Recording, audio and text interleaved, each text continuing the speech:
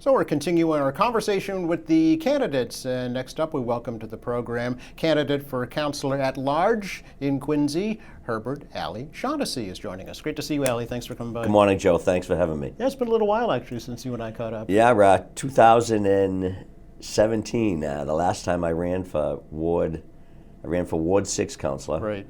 I did it in 15, and the judge stopped it, if you remember that. I do remember that, yes. 6 days to go. Yes. And then after that, I ran again in 2015. I lost a very close race to Bill Harris, who's still the Ward 6 councillor. Right. So now you're seeking at large. At large, yeah. I figured the third time's the charm, you know. Okay. Talk about why. Well, I would tell you the reason why is I love the city very, very much. And it's kind of in my blood. My grandfather ran in 1952. Really? Yeah, he ran. And in those days, there was like 30 councillors. It was a different form of government. The exact form I'm not sure of. But Here in Quincy? Here in Quincy, Okay. 1952 or 1953. He lived in Marymount with my grandmother at 165 Somerset Avenue. Huh. And if there was 30 going, he came in like 31. Okay. Right, so it's in my blood. Yeah. And that's on my grandfather's side, my dad's side of the family.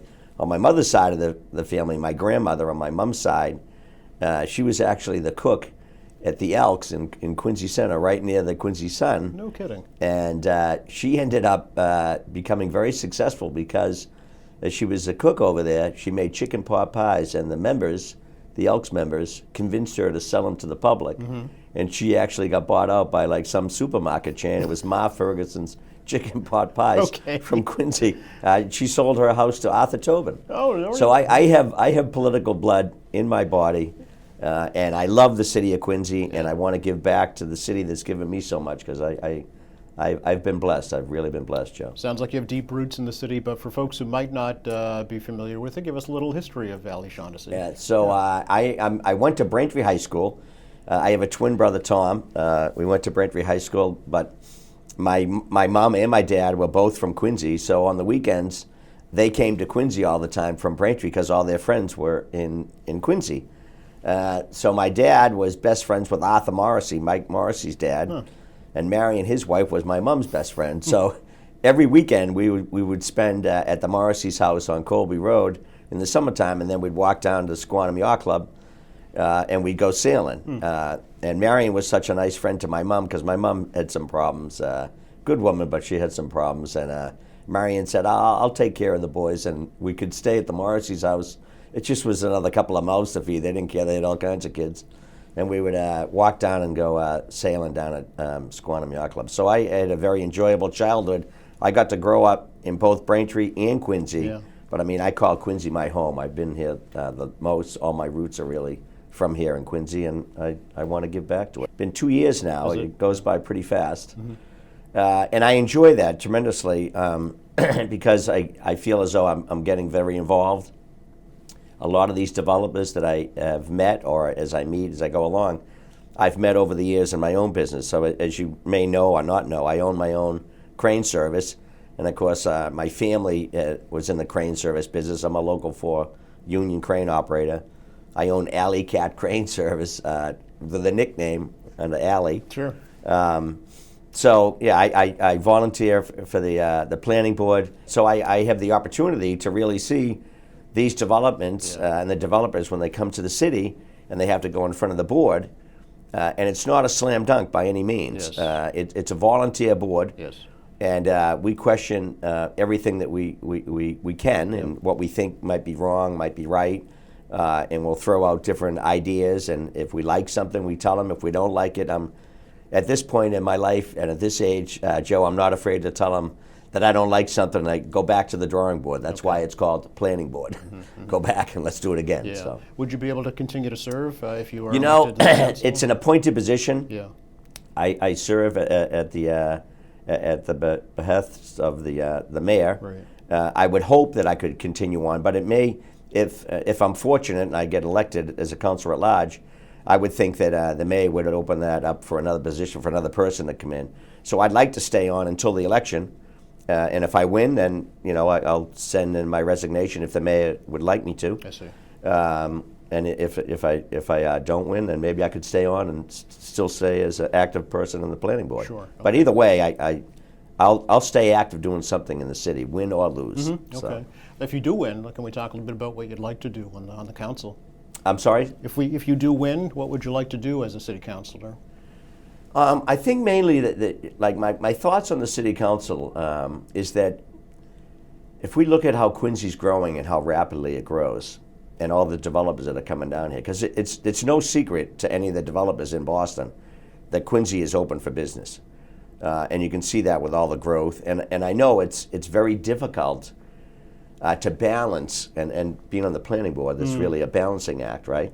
Because you have a developer that'll come in that'll want to spend money in the community and build, 200 apartments with retail on the first floor, and they're looking for, some type of relief on parking and so forth because you're inside the MBTA inclusion zone. Yes.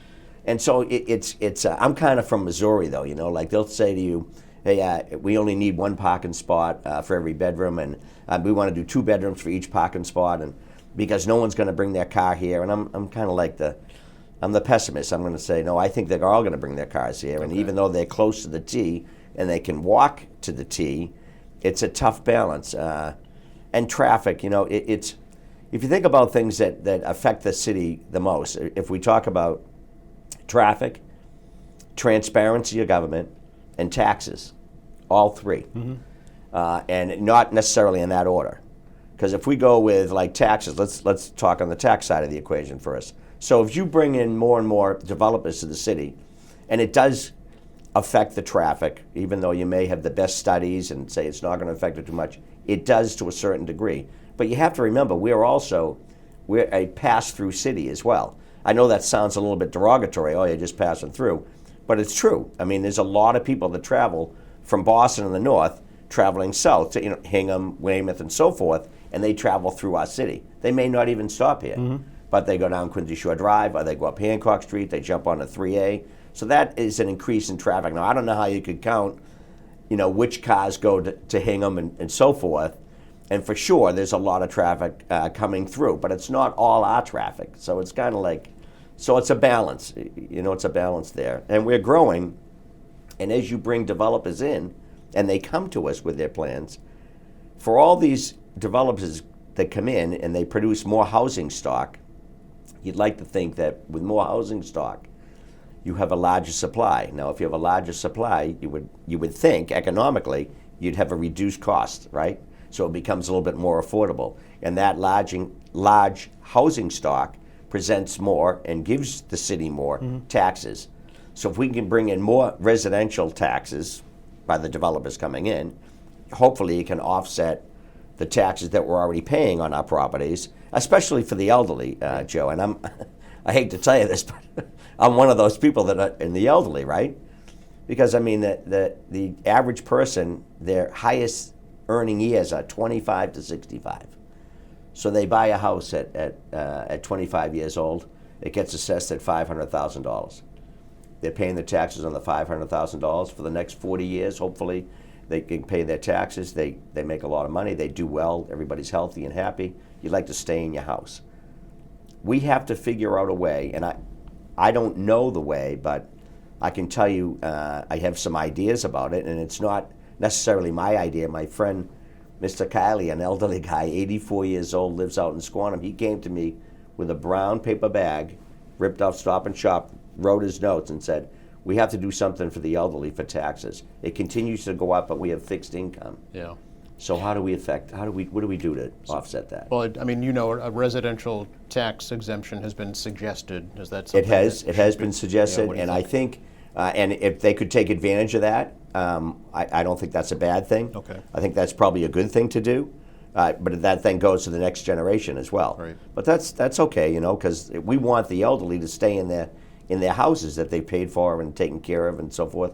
And if we can try and keep more elderly in their houses, that's very important for the quality of life. They've spent all this time, energy, and effort taking care of their properties. You hate to see them lose it because the taxes go up. And then they don't really want to go and get that tax exemption. So what Mr. Kiley had suggested, and I was all ears when he told me this, and I don't know, again, I'm not a municipal finance person, but his idea was that and we would have to do this probably with the state legislature. So if we have somebody, again, like I was saying, Joe, they buy a house at 25 years old, their highest earning potential is for the next 40 years or so, not 40, 65. So now they're retired, they're on a fixed income. Let's take that house that may have gone from $500,000, and I'm just doing for easy math, Sure. right, round numbers. So it goes from $500,000 to $1 million in that stretch of the 40 years. You're 65 years old, you have a house that's worth $1 million. It's not out of the question today. It's not out of the question. Now, our infrastructure here and our investment in the city that's happened over the past 20 years has increased the value of that house. But what it hasn't done is increased how much more money that homeowner makes to pay the increase in the assessment, right? It's off balance. So now what if we could figure out a formula, and someone a lot smarter than me has to do this, figure out, so they reach 65 years of age and they're still in the house with their family or whatever, or alone or married, but it's their house. Their income is now fixed. Take the value of the house, let's say it's $1 million for easy math, and go back to the value of the house that they bought it at $500,000. So now let's go back to the $500,000 and call the assessment at $500,000. Okay. Let them pay the assessment at the $500,000 value, and then cap how much it would be every year for the remainder of their life. So let's cap it at $300, no higher. I see. Okay. In increments. I'm not saying that tax is $300. No, I understand. I'm saying that the increment would be no more than $300. So for the next, let's say that person's 65. So let's hope they live to be 85, maybe more, but that's another 20 years, Okay. right? So kind of a that means graduated scale. So that at the very end, right, the most their taxes would ever go up again is $6,000 over the next 20 years. Okay. Right? And it's back to that original value. Now when the house sells, Joe, right, that person has died, and then the wife or the husband has died, and now the children have come, but they buy the house. And even if they inherit the house, it goes to the value that what the house is newly assessed at. Okay. Don't go back to 500. Now we go up to that. If it's another 20 years, at that point it might be $1.2 million. Start the assessment at $1.2 million. Interesting. Now that child, who's now 25, 45, whatever, 55, is going forward. They then hit 65, and let's go back again. So it would take a lot of people, I think, to maybe do the math on it and to watch it, and you'd have to make sure that nobody's cheating on it and stuff like that. But we have to do something because the values in the homes are outpacing the income that are coming into the homes, and the elderly are really strained. So what I take from this conversation, Ali, is that you listen to constituents I would. when they have concerns. I do. And you'd bring them to the council. I will. Yeah. I would. I do. I will. Right. Absolutely. I mean, isn't it all about really transparency and listening to the constituents to say when they tell you something's wrong? Well, that's what the whole idea of it is. So to that end, do you think the council has been transparent up to this point? I think that the council has been transparent to a certain degree. Do I think that mistakes have been made and stuff? Well, nobody's completely perfect, and I mean, Ted Williams himself didn't hit 1,000, right? So, yeah, there may have been some. But having said that, do I think that we need more transparency? I would say that we have transparency. We do need some more, maybe some more public hearings in front of the city council. But we have to remember that we're a city, right? We're not a small town government that has selectmen where everybody gets to stand up in front of the microphone and talk for 20 minutes. I mean, we would, and I'm not saying that you shouldn't allow to have public, but you can't slow down the process in the sense that you don't want to trip it up. So we should have more public hearings. I agree with that. Okay. But we have to be mindful of the fact that we are a city. This is a going concern. This is a business. It's a growing city. So having said that, I know it sounds like I want my cake and eat it too. I want transparency. I want more public hearings, but I don't want them to slow down the process in the sense that, yeah, let's slow it down when we need to. Like, hold on, let's have another discussion about this. Okay. Because it seems funny to me. Okay, all right. What's the matter with that, right? Did you want to comment at all on a couple of the citywide issues that have come up the past year? I'm thinking the raises, Okay, salaries. all right, let's talk about the raises. So, I don't think anybody could argue that the mayor of Quincy doesn't deserve a raise. I certainly believe that he deserves a raise. I mean, he hadn't had a raise in 10 years. Now, is it excessive as to where he's going? It's all a matter of opinion on how much he works and so forth. But let's think about this for a moment. The average CEO in America that runs a business that does $500 million, $400 million, $500 million, it really is a tipping scale at $500 million. Because if you're at $500 million, right, you go into a whole other scale. But let's say it's $400 million. Now, we do $500 million a year if you consider our budget. Mm-hmm. This is a business, right? Quincy's a business, right? $650,000 for a CEO that does business in the $400,000 range. Mm-hmm. When you get up into the $500 million range, it's just off the chart. Now, do I think that the mayor of Quincy deserves to have $600,000? I don't believe that. No, I don't. Do I think that the mayor should have more than a 3% raise? Because there's a group now that I think, is it Quincy Votes? No, it's Fair Raises Committee. Fair Raises, yeah. Okay. Which I applaud them for their efforts, and I hope they're successful. But I would question their mathematics on it because so why would the mayor of Quincy only get? I think they want to give him a 2% every year for the past, like back to his raise. Correct. 10 years, 2%. Yes. Yep. But yet, the firefighters, the policemen, the teachers, they're roughly around a 3%. I mean, I think that every year for inflation is between 3 and 4%. This year, I think we're right at around 4%. So why would the mayor be any less than those that he governs? Okay. Those, not that he governs, but he's the boss, right? Right?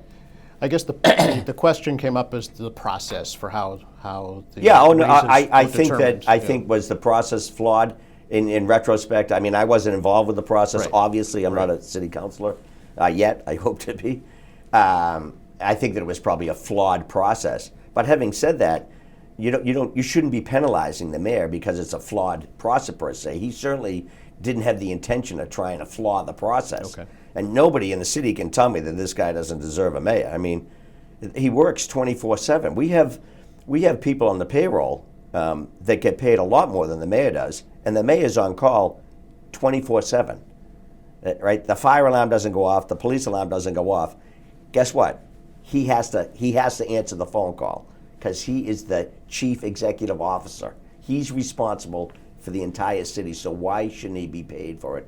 Okay. In a fair, right? So never mind 2%, he should be at 4%. Go back 10 years and give him 4%. Okay. At least then he'll be in the top probably 5% of pay for the city. So that his chief of police, his chief of fire, or his superintendent of the schools, they're all kind of like together there. I mean, that's what I think would be fair. Okay. Because in the private sector, they'd be paying him $600,000 a year. Sure. As a counselor, how would you kind of communicate with constituents, Ally? How would that happen? I think I would use the office of being the counselor to reach out, email. We have, of course, the Quincy Access TV. I could come down and see you, Joe. Absolutely. If I had any issues, and I actually enjoy this, so I'd like to talk to you, and I'd be happy to talk to the constituents via this. And they, of course, would have my cell phone and my email, and it isn't. I mean, I own my own business, Joe. My phone's never off, and I'm in the crane and the rigging business, and sometimes I get calls, that something they need a crane at 2 o'clock in the morning for a fire or whatever. I mean, not necessarily here. I service inside of, the 495 belt, so I never shut it off, Sure. So I'm here to answer to the constituents, to the people that would elect me. Okay. Anything else you'd like to share with folks right now? I think that the city of Quincy is a terrific place to live and to raise a family. We have a wonderful school system. We have a fire department that is well equipped, a police department that I think does an excellent job. The crime rate in the city has come down considerably, I believe. I mean, you can go to downtown Quincy now, Joe, and it's very comfortable. And I'll be the first to tell you, back in 2015, when the mayor proposed putting in the new park, the Hancock Park, I was against it. I said, it's too much money. And why would we want to change it? After it's done, I said, oh my God, this come out beautiful, and it's become a centerpiece to this very historic city. And why shouldn't it be? Why shouldn't we have the best of anything? I mean, we're the 7th largest city in Massachusetts, and I would argue that we're the best city in Massachusetts, for sure. I love the city of Quincy, so yeah, I think Everything is good. I want a little bit more transparency. I'd like to see it when contracts come up for the different departments, the police, fire, teachers, and so forth. I'd like to see it that their contracts get settled, quickly and not dragged out for a long time, But again, it's all about communications, which comes down to transparency too, right? But I think overall, I'm very happy to live here and very happy to raise family here. What's your campaign strategy going forward? To the, Knocking a lot of doors, yeah. listening to the constituents, and you hit a point there when you're talking about the raises. The people are upset about the raises, and no doubt about it. They're upset too about the statues. That seems to have created a real buzzsaw. I as far as the statues go, Saint Florian, as we know, is the saint for firefighters. My dad was a volunteer firefighter back in Quincy when they used to have volunteers here. And as far as the police go, St. Michael, he's also on the airborne. The 82nd Airborne, they look at St. Michael as the guardian saint for them as well, and the police officers look for it too. If we take out a dollar bill and we open up the dollar bill and it says, "In God We Trust" on it, so the United States government thinks that it's okay to have "In God We Trust" on it, but here in the city of Quincy, we might think that's not, the connotation. We don't want to have it so religious. I don't look at it as being a religious statue. I look at it as being artwork on a building that's going to be here for 100 years. Is it excessive? I'm not in that business. I'm a crane guy and a rigger. I move equipment. I don't build things like that. That's not my job. However, I would tell you as a city councilor, I would want to look at what's going to be put there and what it's going to cost. And if I thought it was excessive, I would say, hold on here. Can we do something a little bit better? So there's the transparency issue again. There's a transparency issue again. And I don't believe that it was with intent that the statues were done like that, because these big projects, these public projects, like libraries and so forth, there's always an art element in the project, but that's typically at the end of the project, which is where we find ourselves, right? So you don't know usually when you start the project what is going to be the Monet on the wall or what is going to be the Rembrandt. You don't know that. And then as the project goes on, then it comes up. So that perhaps should have been transmitted to the council sooner. All right, fair enough. You'll be on the ballot on September 2nd, preliminary. September 2nd, I'll be on the ballot. Remember this, Joe, right? I'm last on the ballot, but first for the voters. Okay. So when you go in there, you see Shaughnessy in the last. Last on the ballot, first for the voters. Okay, and you'll appear on the ballot as Herbert Alley Shaughnessy III. Correct. Okay. Yeah, my nickname, Alley. Yeah, that's right. I look forward to it. I'm hoping that people come out and vote. Democracy does not work unless people vote. The last time we had a primary, Joe, I think like this, was 15, I think. You would know better than me, but I think 15. And I think we had like 14.5% turnout. That's a pretty poor turnout. Now, unfortunately, September 2nd, as you know, is the Tuesday after Labor Day. Right. I don't know. I don't think it's our decision. I'm not sure. I believe it's the Secretary of State's decision. I think it's his call. Mm-hmm. I don't think it's our call, because I would like to think that we would say, instead of the Tuesday after Labor Day, let's make it the Tuesday after, right? So that more people, if they're away on vacation or coming up from the Cape or down from Maine, they'd be available to vote, because democracy doesn't work unless you vote. So please get out and vote. That's what we need. We need people to vote. All right. Thanks for stopping by, Alley. Good to talk to you. Joe, great to see you again, and hopefully you'll be interviewing me after I'm a city councilor at large. Thanks again. Thank you, Joe. And thanks for watching us here at AM Quincy. I'm Joe Catalano, and we'll see you next time.